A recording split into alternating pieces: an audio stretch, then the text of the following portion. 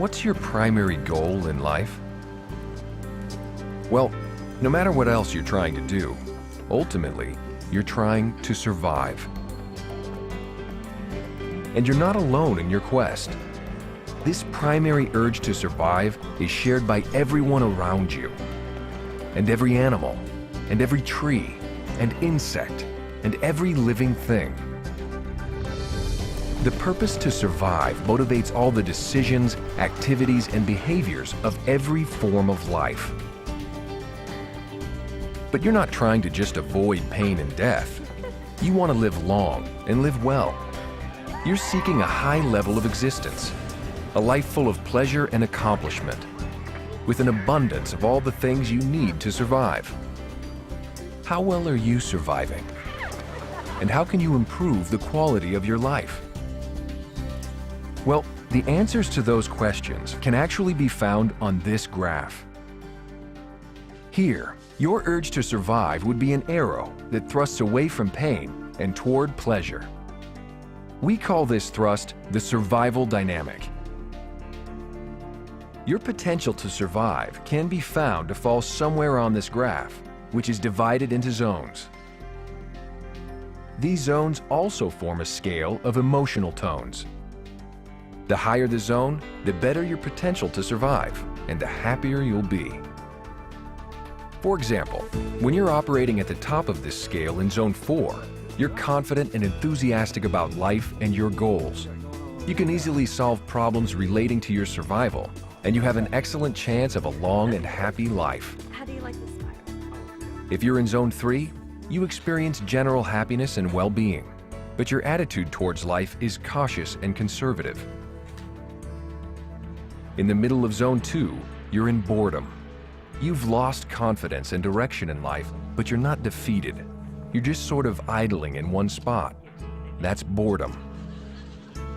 Slightly lower than that, you become resentful and antagonistic toward people and things that stand in the way of your goals. You have a mediocre chance for success, and it's a bearable existence. When you drop down into Zone 1, you're angry about everything. You're fighting against threatened losses, so you act impulsively and destructively, and you rarely tell the truth. This zone includes violent efforts to survive. Further down from that, you're in fear. When you think you're about to experience a loss of some kind, you become afraid. When you drop down to the middle of Zone 0, you're in grief. This is the emotion you experience when you've suffered a loss. And when you're at the bottom of Zone 0, you're nearly dead. And emotionally, you're in apathy. You've lost so much in life and have been defeated so often that you're no longer struggling toward your goals or even trying to survive. You've given up. Of course, you know that your emotions can go up and down all day. Good news, successes, and pleasures can raise your emotions toward happiness. Bad news, failures, losses, and pain can bring your emotions down. You've seen this in life.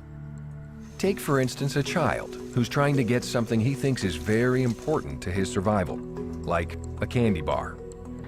At first, he comes to Mom, happy and cheerful, asking for a candy bar. Hey, Mom. Hi, honey.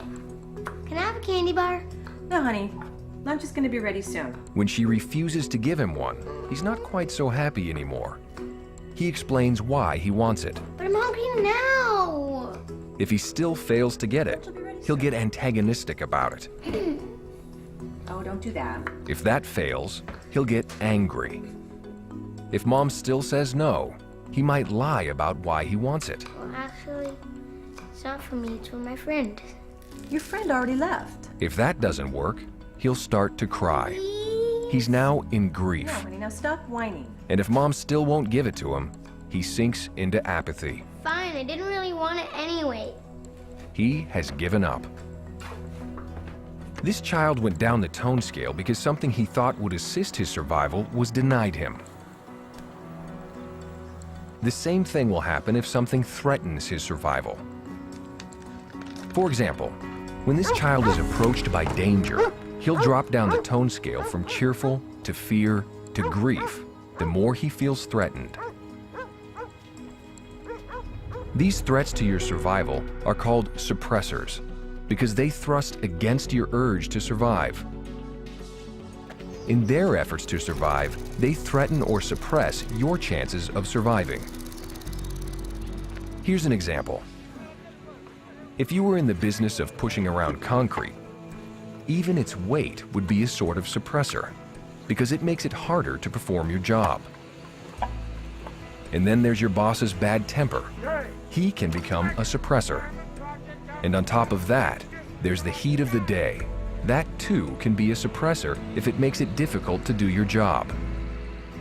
These suppressors thrust down, threatening your survival in some way, and you have to thrust back with persistence and solutions. The stronger your thrust, the better you overcome them.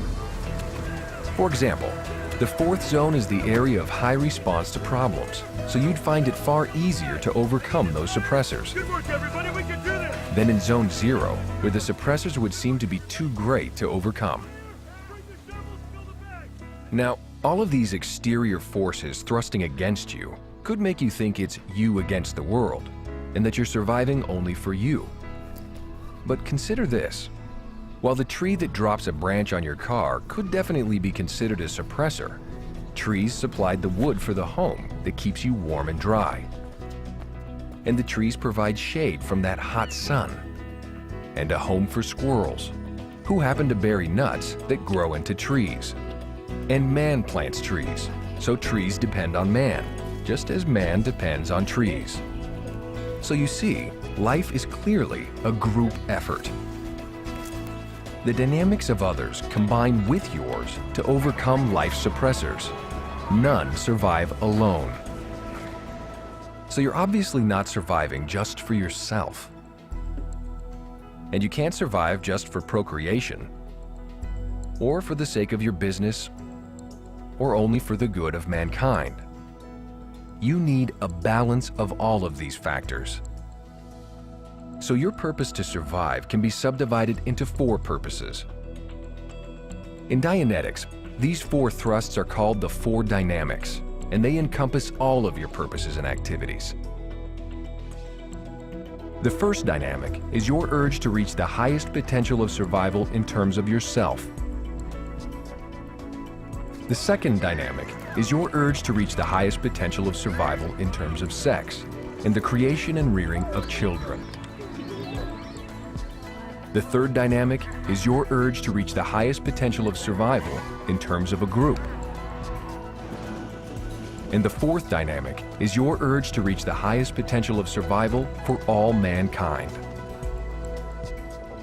None of these dynamics is more important than the others, but they are an expansion.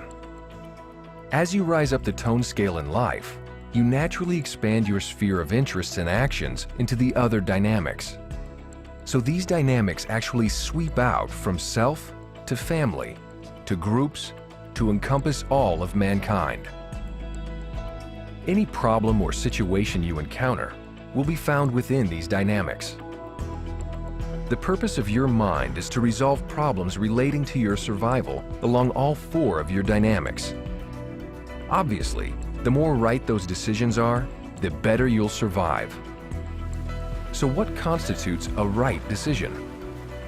Well, something that's right or good is something that aids the survival of you, your family, your groups, or mankind.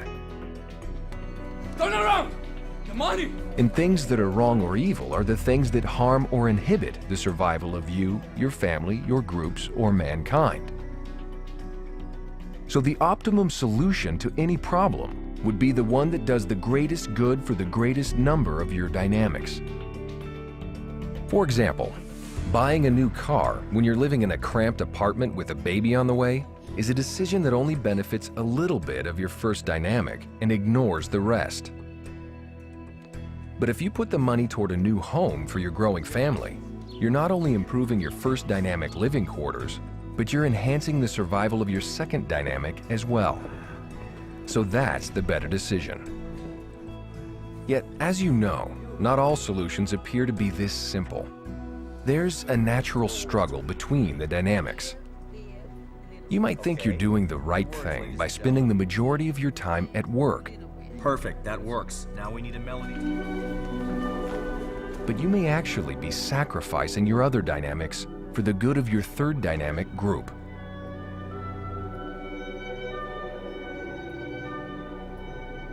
Great job, everybody. Great job. While that's great for your business, it's not a solution that enhances the greatest number of your dynamics.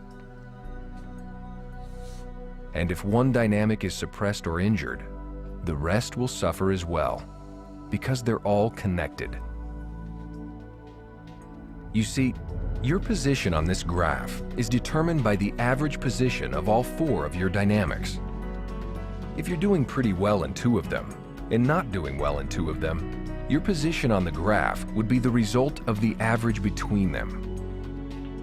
Now, if your mind were working perfectly, you'd be able to compute right from wrong, good from bad, and find the optimum solutions necessary to survive at a very high level across all of your dynamics. And your survival potential would obviously be very high. But to be honest, you have engrams, and engrams get restimulated. I think you're coming down with something. And when an engram is restimulated, the force of your reactive mind is very strong. You drop down the tone scale and think and behave irrationally. So engrams are suppressors to your survival. They suppress your intelligence by feeding irrational information into your analytical mind. And they suppress your dynamic thrust by trapping your life force and lowering your emotional tone. And incidentally, the lower your emotional tone drops, the lower your physical tone drops as well. Now, there's one more interesting thing about this graph. A line can be drawn which predicts how long you could live. The better you can overcome the suppressors in your life, the better your chance of surviving. So if your combined dynamic thrust is up here, you'll potentially live longer than someone whose combined dynamic thrust is down here. The whole intent of auditing is to raise you up to the higher zones of this scale.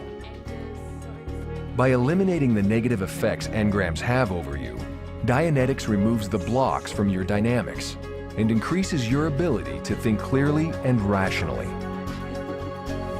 In other words, the more engrams you erase, the higher you'll rise on this scale, and the better your chances of living longer and happier. Which is, after all, your primary goal, right?